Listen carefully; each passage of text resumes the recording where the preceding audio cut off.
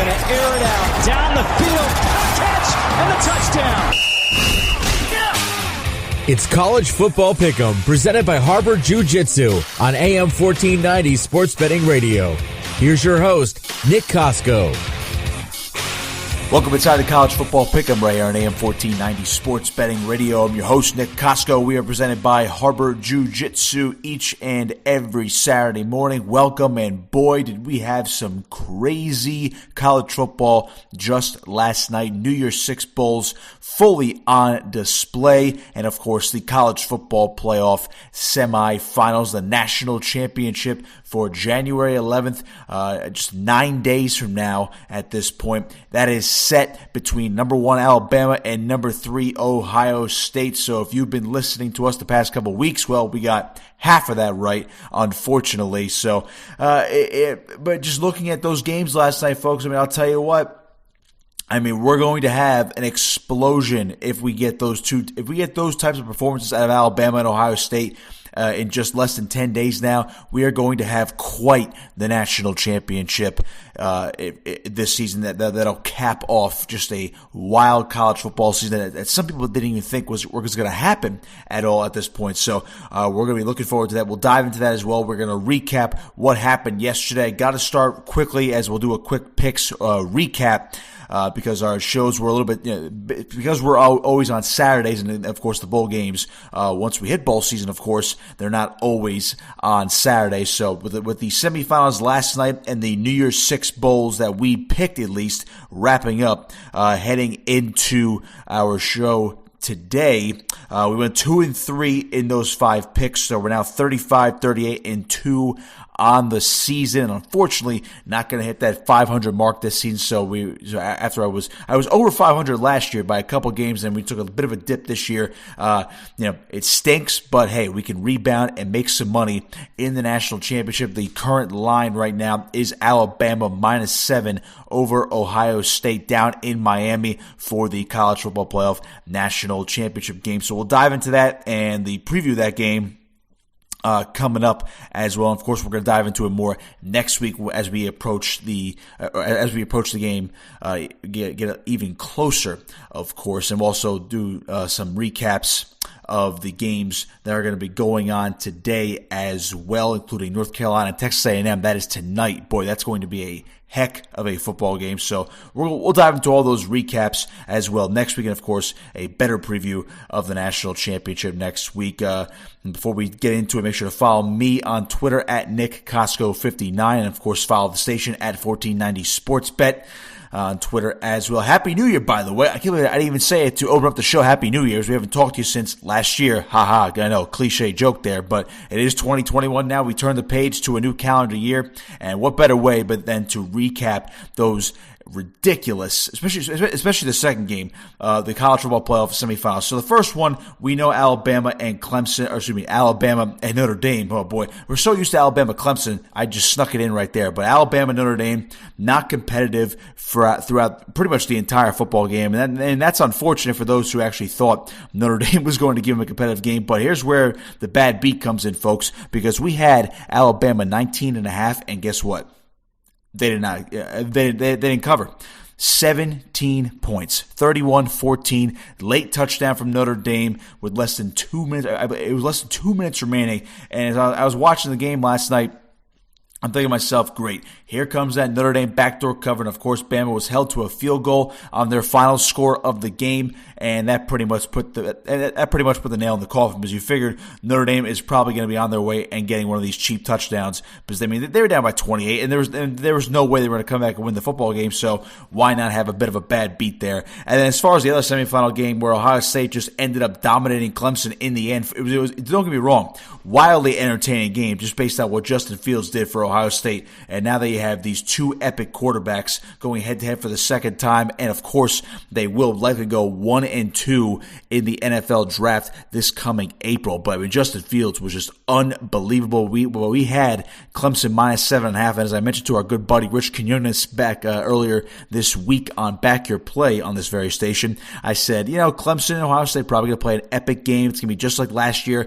It's going to be close, but thinking along the lines of maybe like a 28-24 score late in the football game, and then Clemson is going to get a late touchdown to put the game away and win, 35-24, something along those lines, win by double digits, just the end. But the score would not be wouldn't be a total indicator of how that game was actually played. But sure enough, we're 14-14 after the first quarter. Ohio State's moving the football. They were down 14-7 at one point as well. And then all of a sudden, they just went on a huge run, down 14-7. They're up 35-14 at halftime. You're thinking to yourself, all right, well, there's no way Clemson's going to end up covering this game, right? I mean, if they win, they're going to win by a field goal, or they'll just go on a huge scoring run, pick up the defense, and probably win by a touchdown, thus still not covering. So that was pretty much thrown out the window. As far as the other games, by the way, real quick, we had Florida initially -3. That changed to +7.5 after all the opt-outs, and they were dominated by Oklahoma, so they didn't even come close to covering.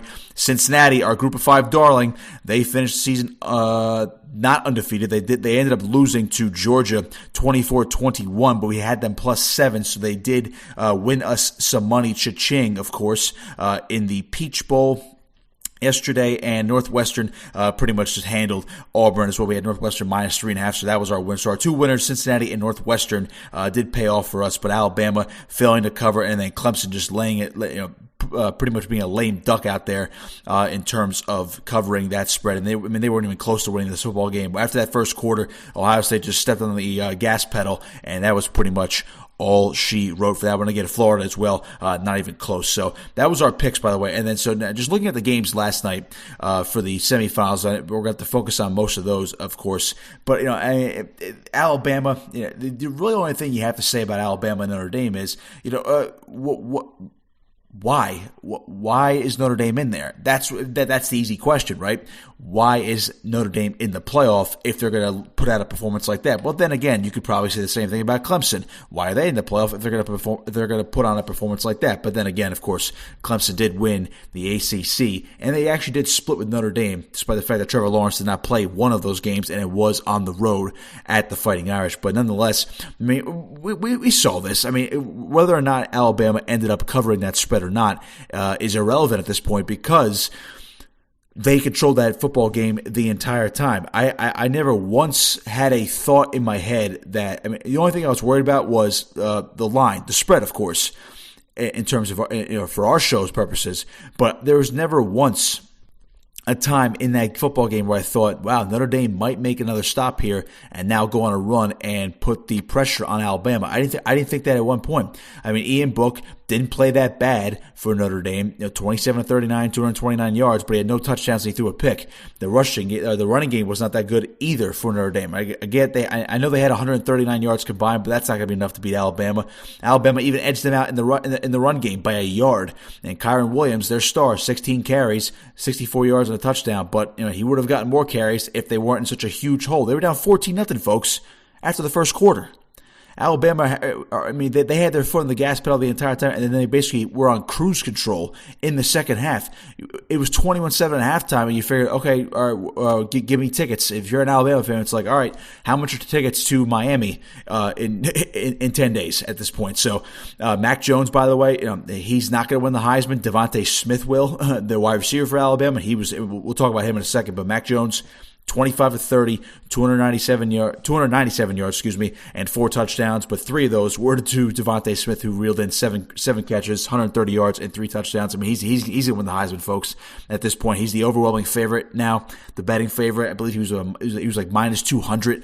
The last odds that were released by Sportsline and other outlets, so he'll win the Heisman. But Alabama was in cruise control the entire time, folks. I mean, come on. First quarter, you knew it was over. I knew it was over. I told you guys it was over the past couple of weeks. Once this matchup was announced, I told you this game was over. Alabama might as well have gotten a bye into the national championship at that point. There's no way in HE double hockey sticks, we'll say on this program, that Notre Dame was going to win this football game. I had no inclination that Notre Dame was going to go out and win this football game. How could you? I mean, we've seen all season long Alabama and their success just offensively, and the defense was ever improving as well. But the way Steve Sarkisian just dialed up this offense even after folks losing Jalen Waddle to injury. He played 4 or 5 games this year. That was it. And then all of a sudden you're like, okay, how's this offense going to operate without a star receiver? And then it turns out Devontae Smith is the best receiver on that roster anyway. He's going to be a top 10, maybe even a top 5 pick at this point, paging Philadelphia Eagles for those in the local area. You might want to take a look at Devontae Smith if you're not going to draft Jamar Chase. And if you're going to go to the direction of a Pac-12 wide receiver, think again and take Devontae Smith. I mean, my goodness. Devontae Smith, and I didn't even mention Najee Harris yet. And he didn't even score last night, folks, and he was that dominant against Notre Dame's defense. He was a big reason why that offense kept moving.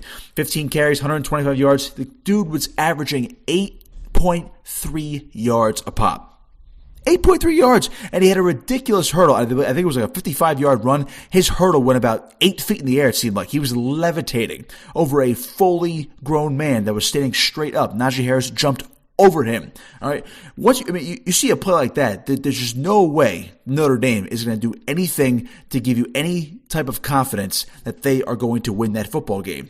It's just not going to happen. It just will not happen. So Alabama rolls.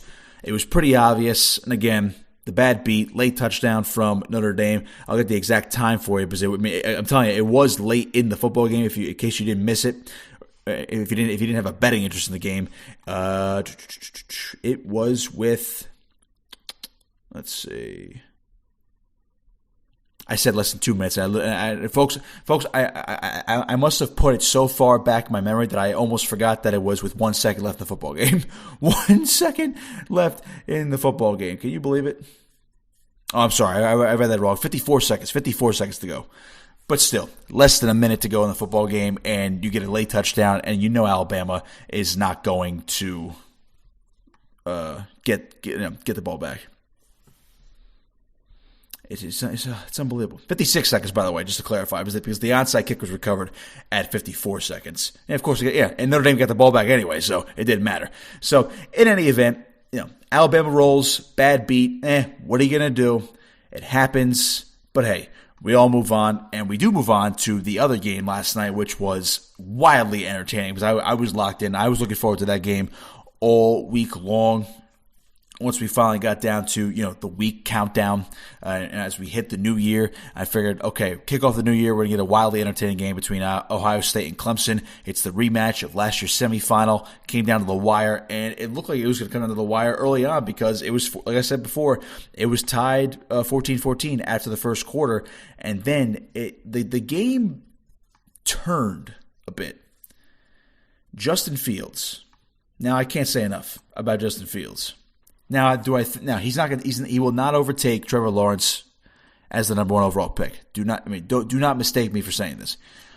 But Justin Fields is remarkable, and he played exactly like I thought he could play in this football game. And frankly, what he needed to do in order for Ohio State to win this game is just the fact that Ohio State's defense was also very stout, and after a couple opening touchdowns from Clemson, Ohio State's defense hunkered down. They contained Trevor Lawrence in the offense, and now the stat line will indicate otherwise for Lawrence, but Ohio State shut down Clemson's running attack, and the fact that Ohio State perfectly blended Justin Fields throwing the ball, throwing dimes all over the place, throwing the ball to the moon, and also balancing Trey Sermon, who was a star in the Big Ten championship game the other week against Northwestern, where he broke the Ohio State's all-time rushing record in a single game. I mean, he was 7 yards shy of 200 in this game, so he averaged 62.2 yards a carry, and he scored a touchdown. Fabulous 32-yard touchdown run to give Ohio State their first score of the game. But Fields, 22 of 28, 385 yards, 6 touchdowns. Did have 1 interception, bad decision, bad throw, but otherwise it's fine. Fields was unbelievable. And add in the fact that he rushed for 42 yards, and while taking a huge rib shot from Jamie Skalski, the star Clemson linebacker, who, by the way, was ejected for targeting. Now, I'll get into that in a second. Actually, you know what? I'll get into it now because that targeting call was bogus, only because targeting needs to be reevaluated. There's really not much you could say about it other than The call was made on the field because he lowered his head. He leveled the crown of his helmet, but he ended up hitting his head and shoulder into Fields' ribs to make the tackle. He decided to go low rather than stand straight up, as Fields was, trying to hit the turf. It was like half a slide, half a dive. So if you're Skalski, you're going to want to go lower, and he happened to give a vicious hit to Justin Fields' ribs, which looked like they could have been broken, and he missed one play. Fields comes back in, throws a touchdown. He's dealing with pain the entire game, and he still throws 2 moon bombs for touchdowns later in the game as well. Skalski ejected for targeting, but that's beside the point. The targeting call needs to get reevaluated. I mean, I get it, safety, reduce the intentional hits to the head, but on a play like that, a bang-bang play, that's not malicious. If you want to keep the penalty there, that's fine, because he lowered the crown of his helmet. Fine, 15-yard penalty, but he shouldn't have been ejected. But the game turned on its heel right there. So Clemson doesn't have their star linebacker.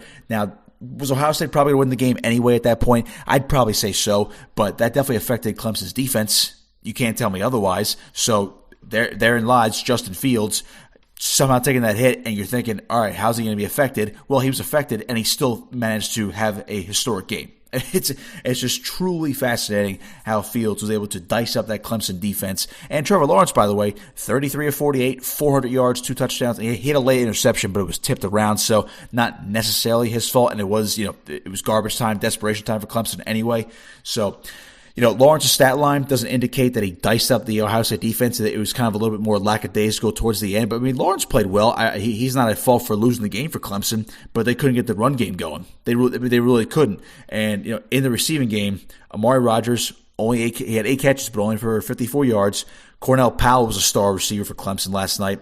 8 catches, 139 yards, 2 touchdowns. But Travis Etienne, he was basically non-existent, less than 100 yards combined in the run game and the receiving game. He had a rushing touchdown, but he averaged 3 2-point yards a pop. So you tell me, Ohio State's defense, boom. That's unbelievable to me. The fact that they were able to contain Etienne to 32 yards. They held Lynn J. Dixon, by the way, to 20 yards. He only had 2 carries, but 44 total rushing yards.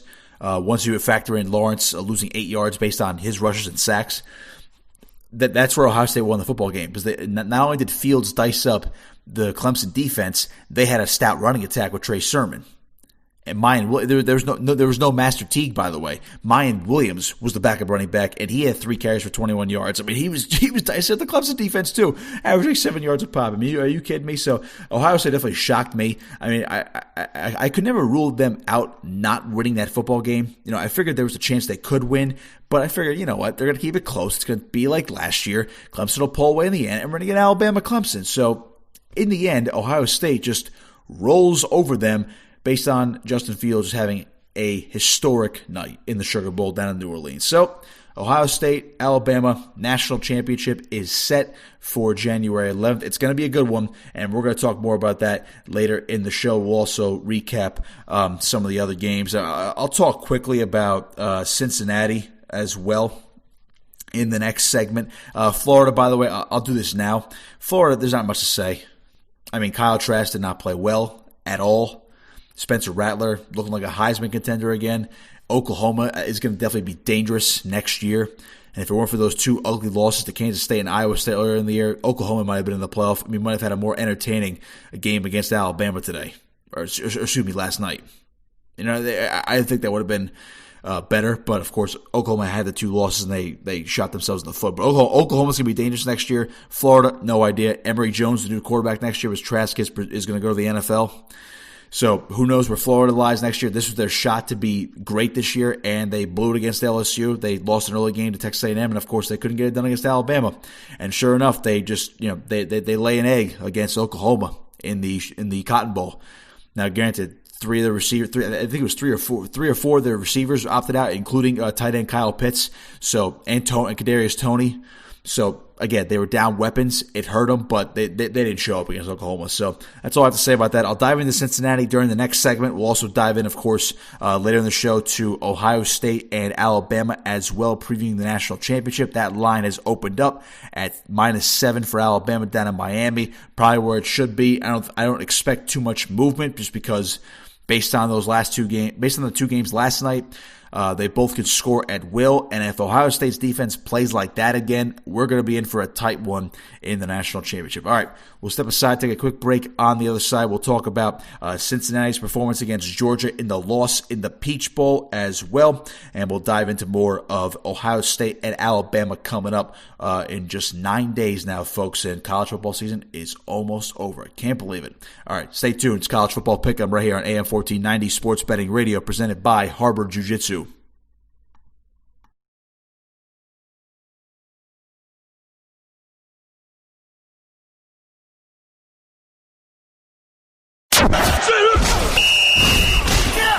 Betting college football? You've come to the right place. It's College Football Pick'em, presented by Harbor Jiu-Jitsu on AM 1490 Sports Betting Radio. Welcome back to College Football Pick'em right on AM 1490 Sports Betting Radio. I'm your host, Nick Kosko. We are presented by Harbor Jiu-Jitsu, located inside the Attilas Gym in Egg Harbor Township. Check them out at harborjiujitsu.com for your free trial class, and also take a look at our schedule. Tuesday, Wednesday, Thursday, and Saturday classes. Open mats the other days at to-be-determined times. Of course, you can follow them on Instagram and give them a like on Facebook for inside looks at the classes and the gym itself. Get some jiu-jitsu in, get some MMA striking in, get it all in at Harbor Jiu-Jitsu, located inside the Attilas Gym in Egg Harbor Township. All right, so we were talking about, of course, what happened last night with the College Football Playoff Semifinals. We'll dive into more of Ohio State, Alabama in a little bit, but we have to talk about also what happened yesterday as well with Cincinnati and Georgia. And we'll also take a look at some of the games that are going on today. There are some intriguing ones, namely Indiana, Ole Miss is one of them, and I have something to say about that as well. It's a very interesting one in terms of what's happened off the field. And, of course, we have Texas A&M and North Carolina. Don't forget Iowa State and Oregon to conclude the New Year's Six Bowls as well. But I'm going to quickly go over Cincinnati and Georgia, and this was fascinating because Cincinnati, by the way, had a chance to be what Central Florida was 3 years ago. Now, if you remember 3 years ago, Central Florida was 12-0. They beat not Alabama. They beat Auburn in the Peach Bowl, by the way, ironically. Beat them in the Peach Bowl, and they said, we demand our respect. We want college football playoff recognition, at least going into next year. So, of course, everyone knows what they did. UCF put the de facto self-proclaimed national champions banner up that year, and nobody took it seriously except UCF, and, of course, that banner is still up in that stadium to this day down in Orlando. But here's the problem. They went 12-0 the following season and still not even a prayer for the playoff. And since then, really no Group of Five school has been given a realistic shot other than UCF. Cincinnati this year might be the exception, but of course it was a COVID year, so everyone had truncated schedules. Everyone was playing different amounts of games. BYU was getting love early on. Coastal Carolina was a relevant team this year in terms of the rankings, but not close to the playoff, of course. But Cincinnati had a legit shot. But, of course, they only played 9 games going in, including their conference championship game. They had, I believe they actually had 3 total games canceled. So, but if they were 12-0 after a conference championship victory, would that have been enough to put them over a team like Ohio State? In hindsight, it doesn't. Probably not, especially what we saw last night as Ohio State just dominated Clemson. Do people really think Cincinnati could do that to Clemson? Not like that. Could Cincinnati pull off an upset over Clemson? Possibly. But then people are going to use the argument now that Cincinnati, if they can't even beat Georgia, how are they going to hang with teams in the playoff? While that may be true, they weren't given a shot, and now this loss yesterday is going to give them absolutely no shot to next year. At least this year, if they had won, finished 10-0, and I get the season's weird because of COVID and the fact that, again, I mentioned before, teams canceled, teams didn't play, teams play different amounts of games. But if you take that into account, if they had won, because this season has opened up more eyes than any other season going into next year, how things can improve. And there's been a bigger cry for the college football playoff to expand or at least fix the flaws in its system moving forward.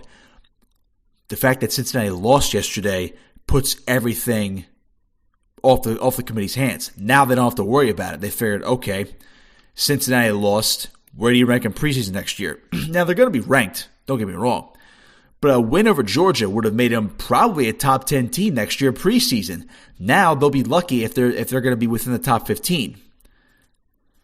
If they get their quarterback back, Desmond Ridder, if he does come back, they're probably. I mean, don't get me wrong. I think they are a top 15 team at the very least, maybe even top 10. That's the way to think about it, and then weigh how these teams finish out the year. The games today, and of course the national championship game, and how that it sets the domino effect for next year. But Cincinnati at least is a top 15 team next year, but they won't have a prayer to the playoff. And if one thing changed in that game against Georgia, we could be talking about it. We could have a totally different conversation heading into the 2021 season regarding the Cincinnati Bearcats. It's as simple as that. It really is. They mismanaged the clock so bad at the end of the game. Now, Warren Sharp summed it up, just to kind of give you the nuggets of it. So down 2 in the fourth, Georgia called a timeout on 4th and 3 to punt from their own 43-yard line. And it went into the end zone, touchback, right? Up 2 in the fourth. Cincinnati snapped the ball with 12 seconds to go on the play clock with a running game clock, by the way, and then they snapped it again with 10 seconds to go on the play clock. This is on that ensuing drive. And then on 3rd and 2, they ended up throwing it deep. They didn't run it. Don't forget, Georgia has no timeouts. So in essence, Cincinnati snapped the ball with a moving game clock with 12 and 10 seconds to go on the play clock. So that's 22 seconds right there.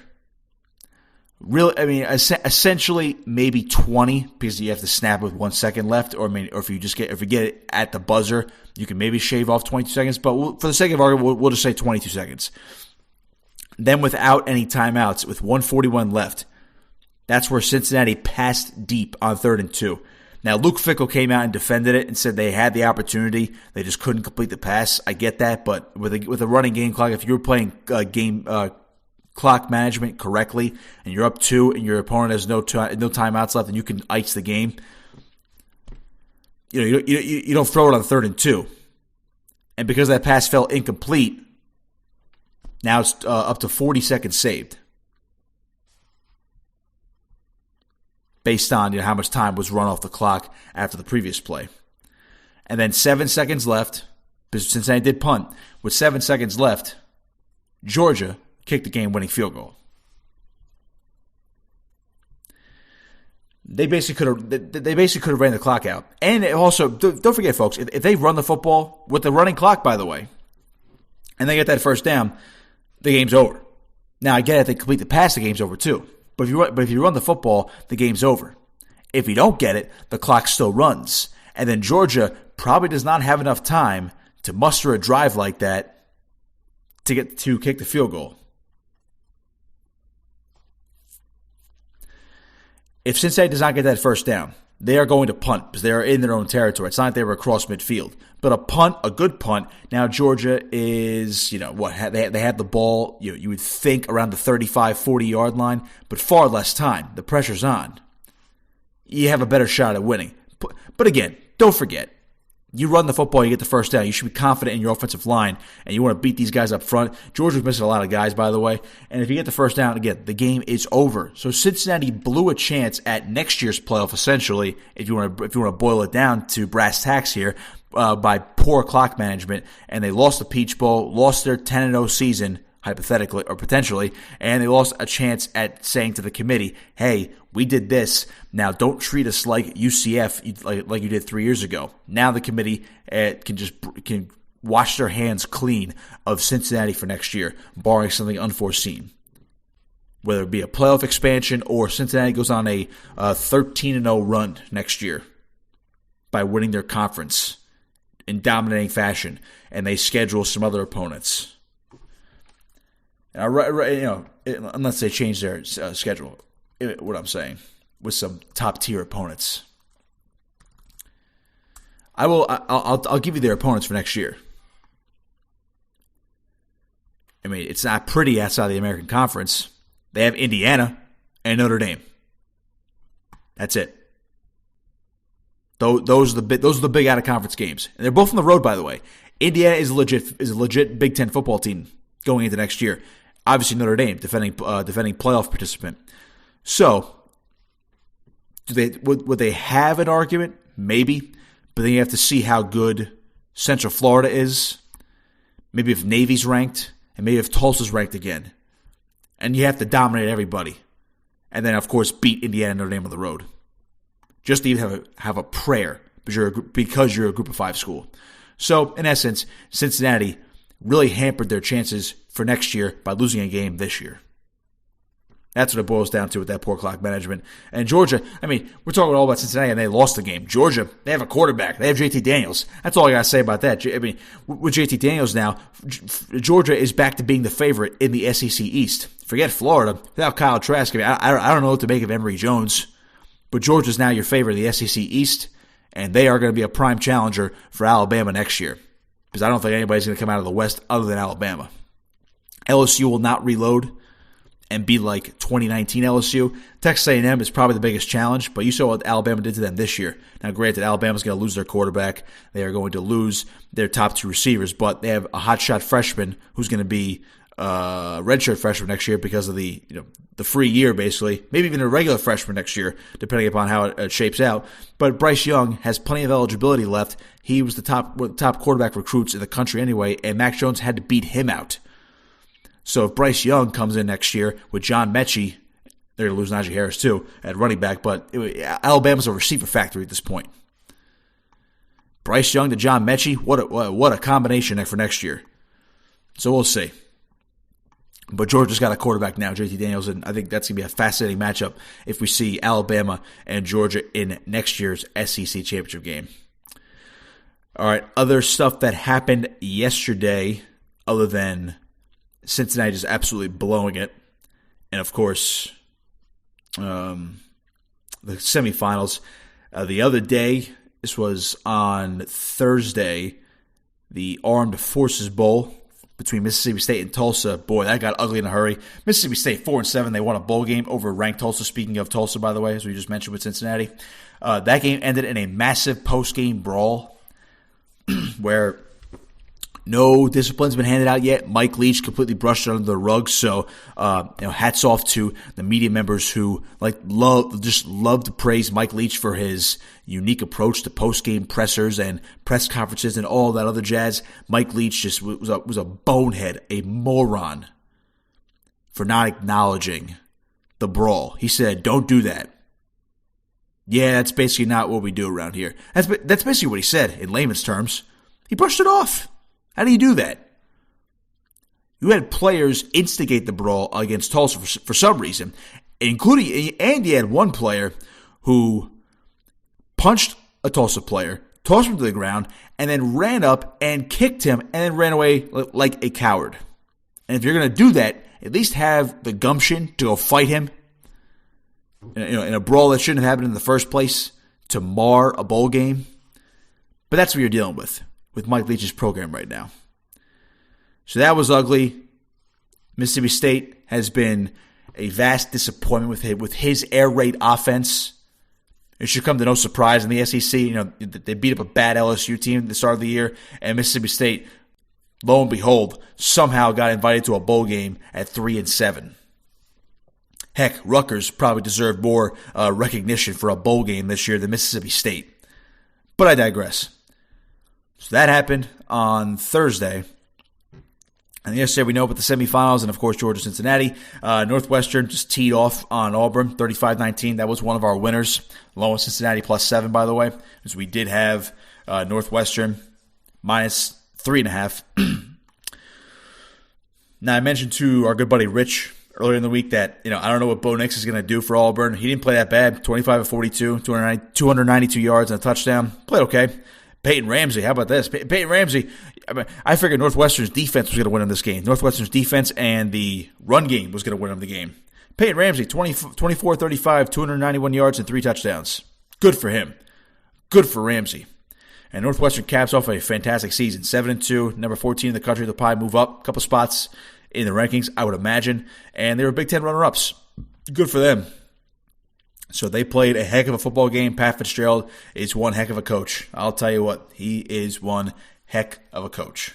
So all the props in the world right there to Pat Fitzgerald and Northwestern for getting it done as well.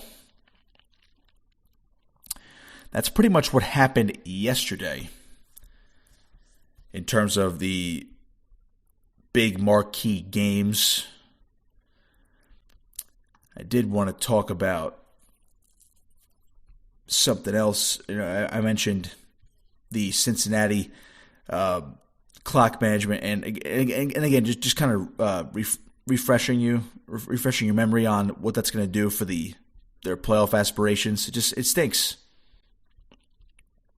It really does stink. I did want to mention this before we actually dive into Alabama and Ohio State. I had to mention this. Dabo Swinney, by the way. And I can't believe I almost forgot this. Dabo Swinney should never be allowed to vote in a coaches poll again. And I know these coaches, they say that they take them seriously. They say they put these votes and they put some time and effort in. We know darn well that they look at the rankings for 5 minutes and they get their input from the SIDs and whoever else on who to vote for. But this is going to haunt Dabo Swinney now till next year, and perhaps even further, especially if Clemson and Ohio State manage to meet in the playoff again next year or at a big bowl game next year. Because Clemson's going to be good again next year. Don't get me wrong. Clemson's going to be in the conversation next year, even without Trevor Lawrence. They have DJ Uiagalelei. He's a really good quarterback. I'll tell you right now, if they meet again, or if Ryan Day, the head coach at Ohio State, is asked about what he would do with Clemson, if I'm Ryan Day, there's no more coaches polls this year. But if I'm Ryan Day, I would definitely slide Clemson down a handful in next year's preseason coaches poll, because Dabo Swinney ranked Ohio State number 11 in his final coaches poll, and he said based on the amount of the games they play, they don't deserve to be in the top 4. Well, he's going to be eating his words until next September. Until 8 months from now. The next 8 months is going to be filled with Dabo Swinney getting roasted by Ohio. I don't even care if Ohio State loses the national championship game. The fact that Ohio State did that, they did that to Clemson. 49-28, as we mentioned in the opening segment. Dabo Swinney is going to be eating his words for quite a while, and it's going to stink. It's really going to stink, and Buckeye fans are going to love it. Now, I don't know what Ohio State's going to be made of next year. They're more likely going to be the Big Ten favorite once again, even with it looks like C.J. Stroud's going to end up being the quarterback next year. But I'll tell you what, that was sweet. I know we had Clemson minus 7.5, but just seeing that, and I actually found myself rooting for Ohio State as soon as they made it. I wanted a good football game, because I was very worried that after that quick score, and they were also down 14-7, and the fact that they weren't, I was low key worried that we would not have a good football game, and we were going to be treated to one of those games where, it was Justin Fields against Northwestern, struggled, and they had to rely on Trey Sermon. Or it was Justin Fields struggling, and they wanted to shoot out against Indiana, but this is Clemson, not Indiana. So I didn't know what to expect, and then they turned on the gas, and then I found myself, again, rooting for Ohio State. So that was glorious. I'll tell you what. And now the intention for Trevor Lawrence and company, or Trevor Lawrence at least, it's going to go towards the NFL draft and whether or not the Jacksonville Jaguars are going to pick him number 1 overall. Now, of course, I'm sure there's going to be the small talk of, well, excuse me, that, oh my goodness, is Justin Fields actually better than Trevor Lawrence? Well, he's not, folks. He outdueled him, don't get me wrong, but Trevor Lawrence also outplayed Fields last year. And Lawrence has been doing this a longer time than Fields in college. Lawrence is the more polished prospect. He is. And Lawrence, it will be the number 1 overall pick. But, of course, if Fields outduels Mac Jones and beats Alabama, there's going to be talk. There's going to be rumors. And for all we know, because it's the Jacksonville Jaguars, who knows? Maybe they end up falling in love with Justin Fields, and Trevor Lawrence ends up on the New York Jets anyway, somehow, some way. Man, that would be unbelievable. last thing I wanted to mention before we get into the final segment of the show, where we will discuss Alabama and Ohio State and the opening line for that game. The games today, other than Texas A&M, at this point they really can't dominate North Carolina and say, well, we should have been in the playoff. We definitely should have been in the playoff. It doesn't happen like that now because Ohio State won. So there's a problem. That's a problem. Oregon, Iowa State, interesting. Iowa State's -5. Texas A&M is a 7.5 point favorite on the road, by the way. But the Indiana Ole Miss game, by the way. So Indiana removed the Big Ten logo from their uniforms, on their bowl uniforms, so the jersey and the helmets. And you might be thinking to yourself, why? Why, and what's the point, and why is this relevant? Well, I just mentioned Northwestern, right? In the Citrus Bowl against Auburn, they were the Big Ten runner-ups, so they were naturally going to get the best remaining Big Ten bowl game. Rose Bowl is obviously out of it, because that was a playoff game this year, and of course it got moved out of Pasadena, and because of restrictions and semantics and logistics, all that stuff, it ended up being Alabama and Notre Dame for the Rose Bowl in Arlington, Texas, but that's beside the point. But the top Big Ten bowl game left was the Citrus Bowl, so Northwestern naturally gets a better quote-unquote matchup on paper against Auburn. Well, Indiana 6-1, arguably better than Northwestern, but who knows, they didn't play each other this year. They get Ole Miss, who's 4-5, below 500. In the Outback Bowl, good bowl game, usually on New Year's Day or post-New Year's Day, good bowl game. But they removed their Big Ten logo from the jerseys and the helmets. Now, head coach Tom Allen claims on the helmet they replaced it with LEO, which is it's a mantra. It's love everyone, something like that. I actually have to look it up real quick to give you the exact meaning of it. But they have the bowl patch covering up the Big Ten logo on their jersey. And now, naturally, everyone thought it was a shot at the Big Ten for giving them this bowl game instead of the one Northwestern was playing against Auburn. And also probably a shot at the Big Ten for saying, hey, Ohio State, you played less than our 6-game threshold for the minimum to make the Big Ten championship game, but we're going to make an exception because you beat Indiana head-to-head, so you don't have to play Michigan or anybody else, or you don't have to suffer a canceled game and watch Indiana, who you did beat, play for the Big Ten title. So it could have been a shot. That's what it was interpreted as. Of course, Tom Allen, the head coach at Indiana, said, no, that's not what it was. It wasn't a shot. Love each other. Sorry, that's what it was. LEO is love each other. That's on the helmet. Now, he didn't offer an explanation as to why the Big Ten logo wasn't on the jersey. That was weird to me.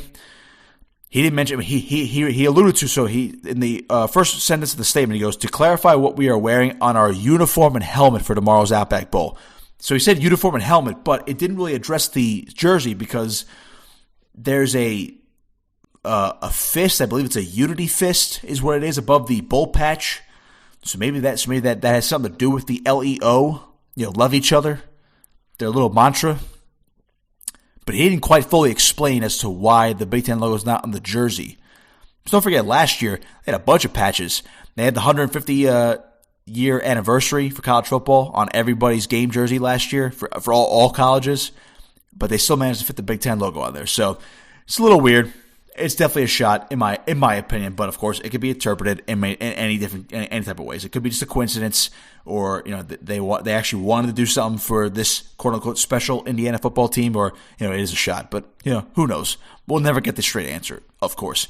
All right, we're going to step aside and take one last break. On the other side, we'll dive into Alabama and Ohio State. Quick little early preview of the national championship game opening line as well. Keep it locked here. It's College Football Pick'em right here on AM 1490 Sports Betting Radio.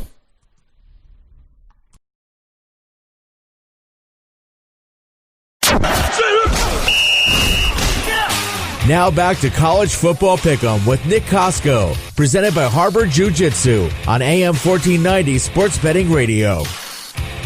Final segment of the show right here, College Football Pick'em, presented by Harbor Jiu-Jitsu on AM 1490 Sports Betting Radio. I'm your host, Nick Kosko. Be sure to give me a follow on Twitter at Nick Kosko59, NickKosko59. And, of course, follow AM 1490 Sports Betting Radio on Twitter at 1490 SportsBet. Make sure to check out, of course, the sponsor of our show, Harbor Jiu-Jitsu, at harborjujitsu.com. Find them on Instagram and Facebook as well. Give them a follow and like and all that good jazz. Sign up for your free trial class as well to check out Harbor Jiu-Jitsu inside the Attila's Gym in Egg Harbor Township. All right, we're going to dive into Alabama and Ohio State. Just to give you a little bit of an early preview. Now, the opening line is set at Alabama -7. That's fine with me, to be honest with you. That's really right where I would expect it, just because of the way the offenses played last night in their semifinal games, respectively.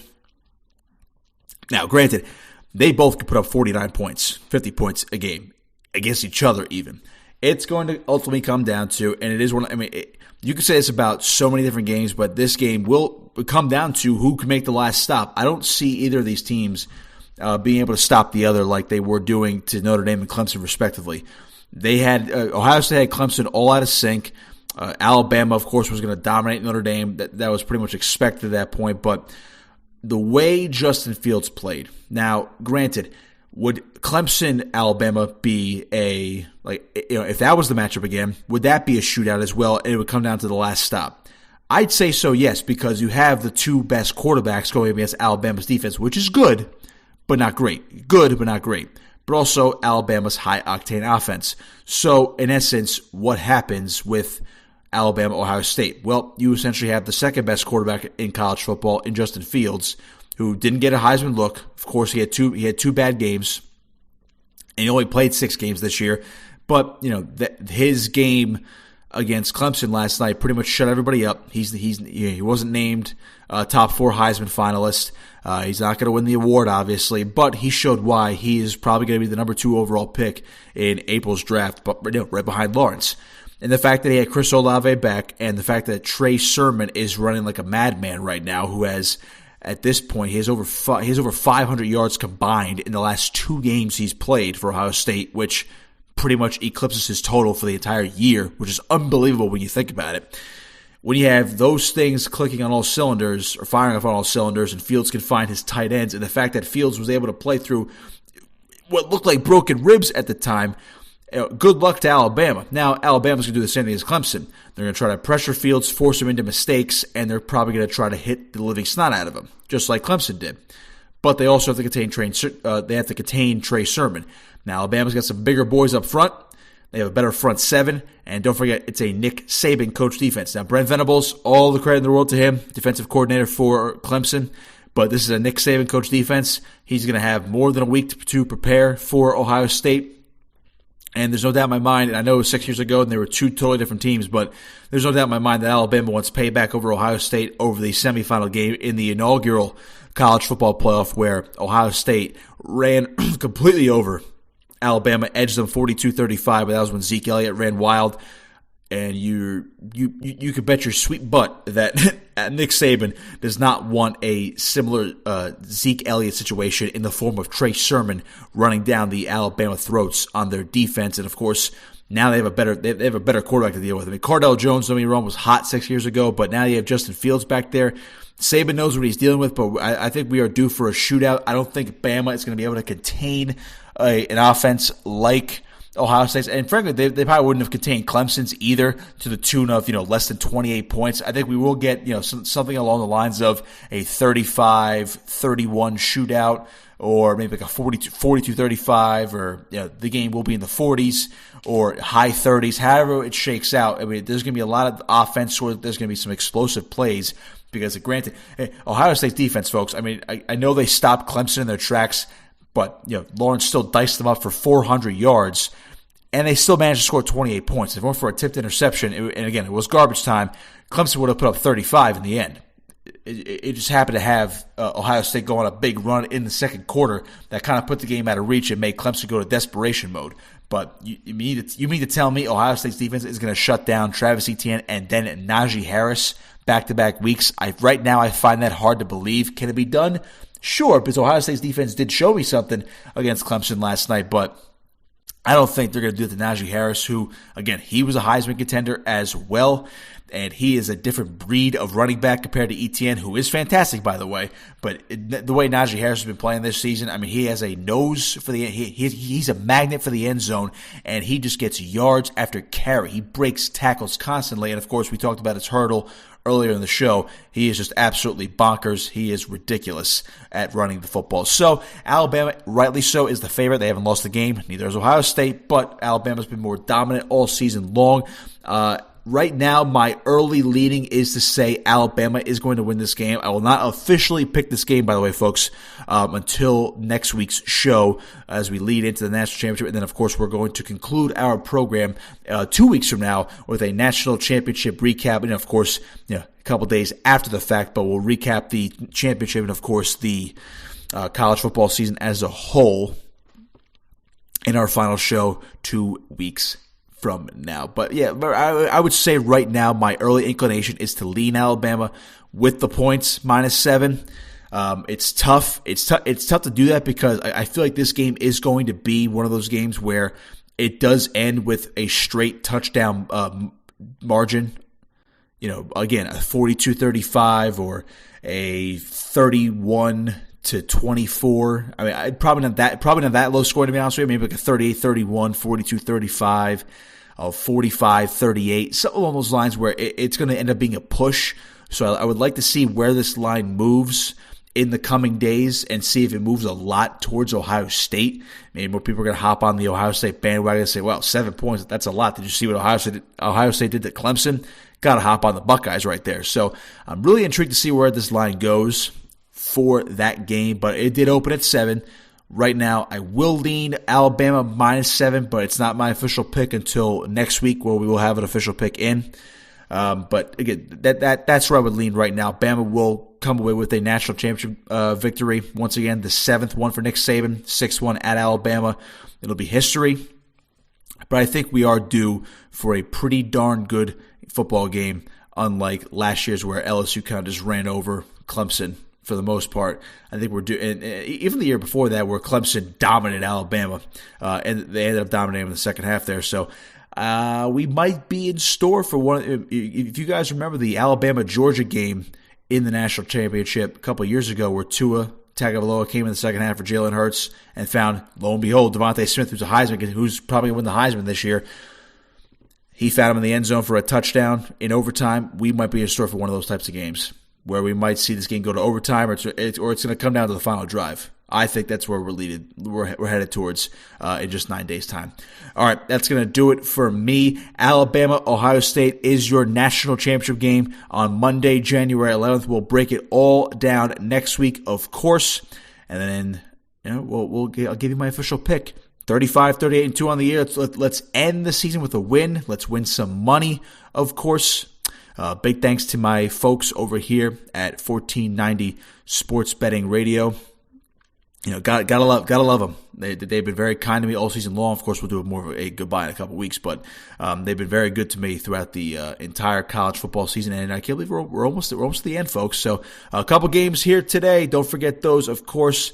The ones to look out for: Ole Miss, Indiana -9.5; Oregon, Iowa State. Iowa State's -5, and Texas A&M, North Carolina. That game at 8 o'clock tonight. Texas A&M is -7.5. So enjoy the final bowl games here today. We'll talk to you next week previewing the national championship game. Thanks for listening. And again, enjoy the college football today, folks.